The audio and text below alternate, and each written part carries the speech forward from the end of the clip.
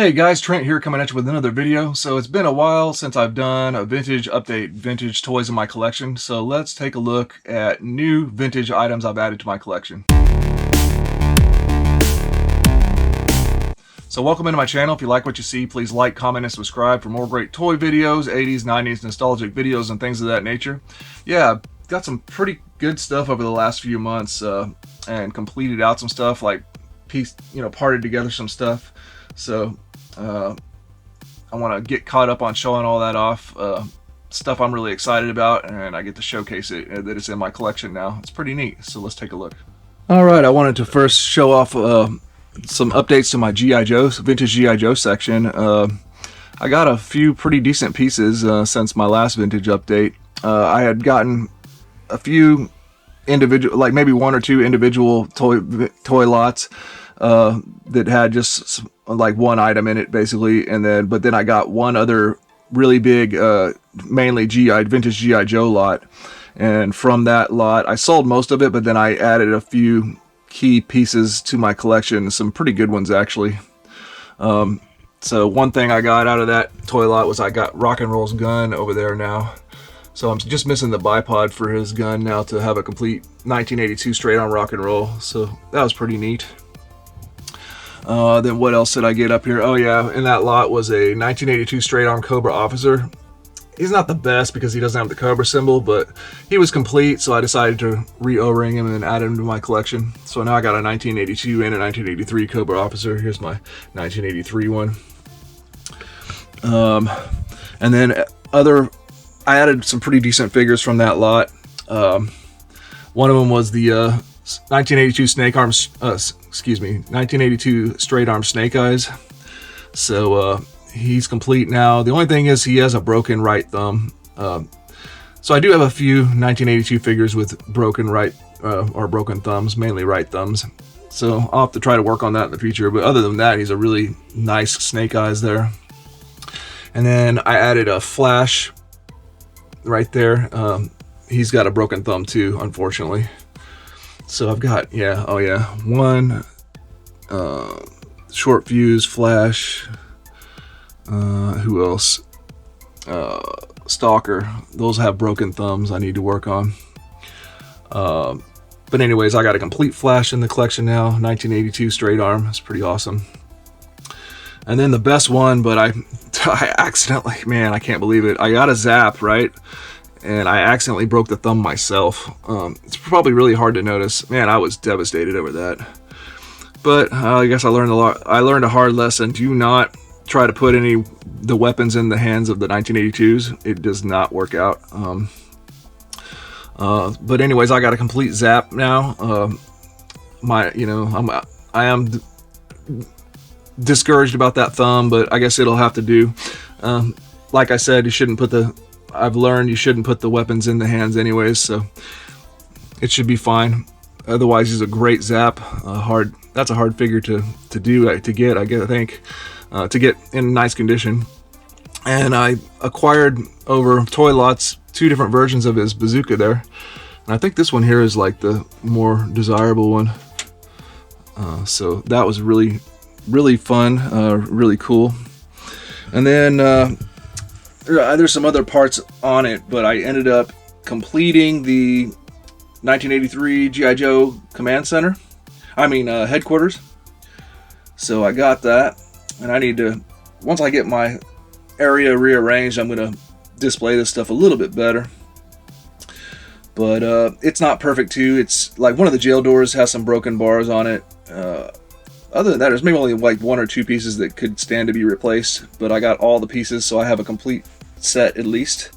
So that was pieced together over a few different toy lots. That was pretty nice. And then the last one for G.I. Joe, I'll show you this guy. Alright, yeah, I did it. Over a few toy lots here, I didn't think it would happen that quickly, but I was able to piece together a vintage Rattler, all the complete parts. So I got everything, got the Wild Weasel in there. It's not absolutely perfect.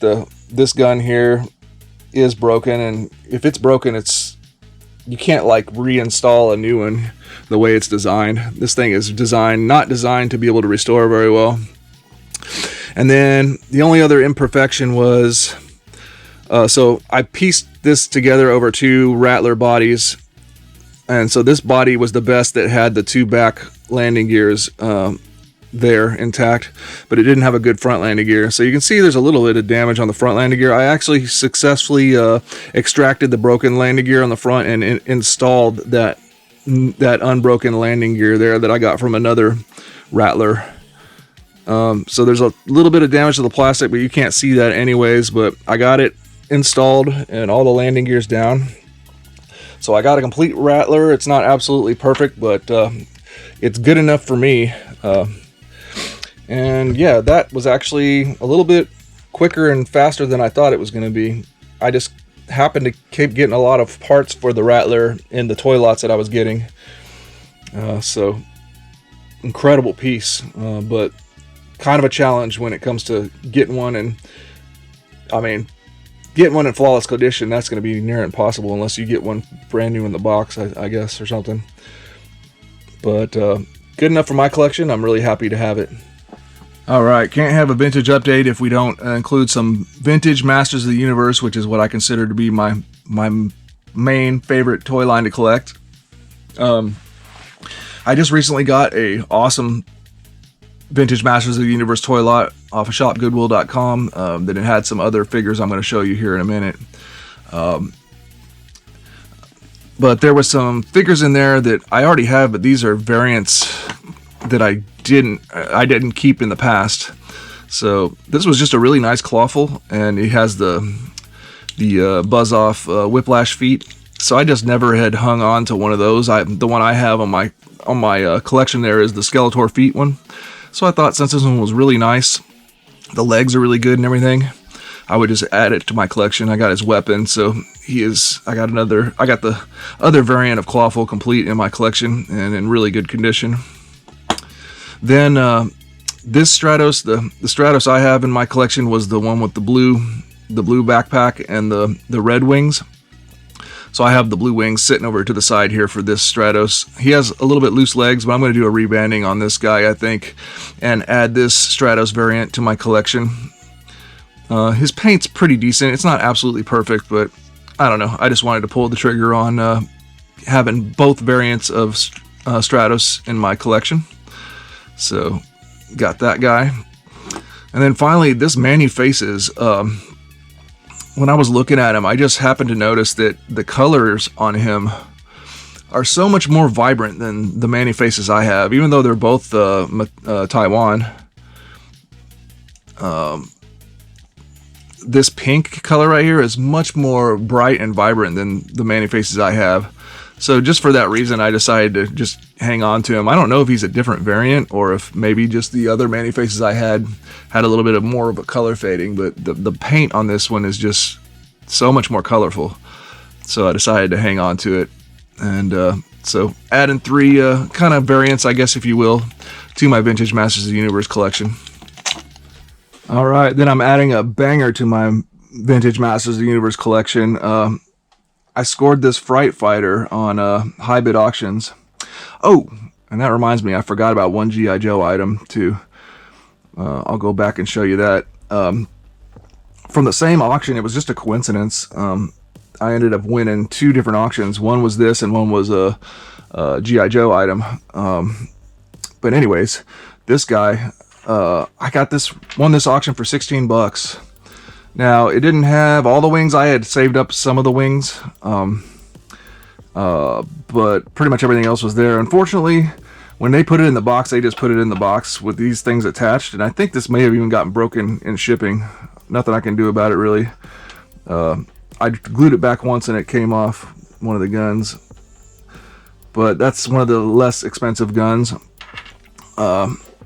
Unfortunately, it didn't have any of the back gun or the satellite, but everything else on it is nice.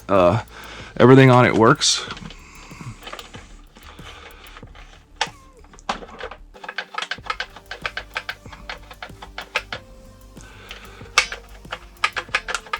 So it's great, great shape. I just need to get the pieces for it, and maybe this wing doesn't have the decals. I would like to replace that, but I finally have a Fright Fighter in my collection. Once I complete that, I mean, there's only one other vehicle after this one that I don't have, and that's the Laser Bolt. For some reason, I've just never come across a good one of those to keep. That's an actually pretty inexpensive vehicle. I could probably just go on eBay for 30 bucks and probably get one complete, but I just have yet to come across one. And I'm trying to avoid nickel and diamond on eBay because it starts to add up pretty quick when you're trying to complete stuff. But I don't know. I'll be on the lookout for parts to try to complete the Fright Fighter, but I've at least got a Fright Fighter in my collection, and so that is the update pieces for my vintage Masters of the Universe collection for this few months here. And then let me show you that other auction I got. Yeah, I almost forgot to show this guy from the same auction house on High Bid Auctions, this Serpentor. Now, I paid pretty decent price for this. I paid, like, when it was done, maybe like $60, $70 when with shipping and everything. But he has his file card, and he was absolutely, no, I'm sorry, it wasn't absolutely complete. I had to get one fin for the for his sled, for his hovercraft. Other than that, he was complete, and the figure itself is in phenomenal condition. And to include his cape seemed like his robe was like never used. It was completely flat. It had no like indentations, wear on it. It was like the most perfect robe cape for Serpentor. I couldn't believe how good it was. So I've got a really, really nice copy of Serpentor added to my collection now. So there we go. I got another runner-up item. Another shopgoodwill.com auction win. I won this for, when it was all said and done, after taxes and shipping costs, I paid $57 for a Masters of the Universe Classics first edition Tila. I think it's the first edition, 2009. Look at that. Yeah, the same Goodwill keeps putting the same Tila up, and mine actually went for cheaper than most people get it. Pay over $50, and so after they probably pay $60, $70 after shipping and taxes. So I only paid $57 total, and now it's incentivized me to try to get more, and I don't know, maybe collect Masters of the Universe Classics again. I had a few figures in the past, but I ended up selling them. I'm almost tempted to open this and do an unboxing at some point. Man, what an incredible figure. So, not vintage, but, you know, not new either. And, I mean, everybody loves classics, right? So, thought I'd show that off. Alright, then the grand finale, at least for me, for this few months of collecting, in that same recent Masters of the Universe toy lot that I got those variant figures from, there were 3 Lost World of the Warlord figures in there. This is my first Lost World of the Warlord figures I've gotten, and I got pretty lucky because these are in really, really good shape. The main exception is that the Warlord is missing his headpieces, so I got to work on that issue. But he had his sword and he has his cape. Pretty nice figure. Just have to figure out what to do about his head, those headpieces. So I got the Warlord.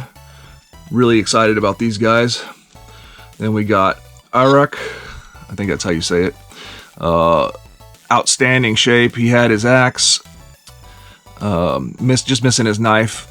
And the paint on him is phenomenal. The only thing I didn't realize, I thought I was good. His belt, I mean, it's good enough for me. His little cloth piece here, that's just outstanding. The front is nice, but I didn't realize that this is supposed to be like a little pouch that the knife would sit in, and it is, part of it is missing. But I mean, what's the chances of you being able to have one of those intact? I mean, it's probably near impossible unless you get it new out of the package. So it's going to be good enough for me. The figure itself is just beautiful condition. Probably my favorite. I mean, this one's pretty close to Hercules, just because I can tell that I believe that's the original tying of that little rope around his body, and he had his staff. So we got Hercules. Again, just a great condition. Hardly any paint wear on these figures. Lost World, the Warlord figures. So I love Remco figures, so adding those to my collection. And I'm pretty good, trying to get a knife for that. Other than that, just trying to see if I can upgrade the head with the original head pieces somehow. But great pieces added to my collection. Really excited about those. Alright guys, well that's going to do it for my vintage update. I hope you enjoyed that. Please like, comment, and subscribe, and we will see you in the next one.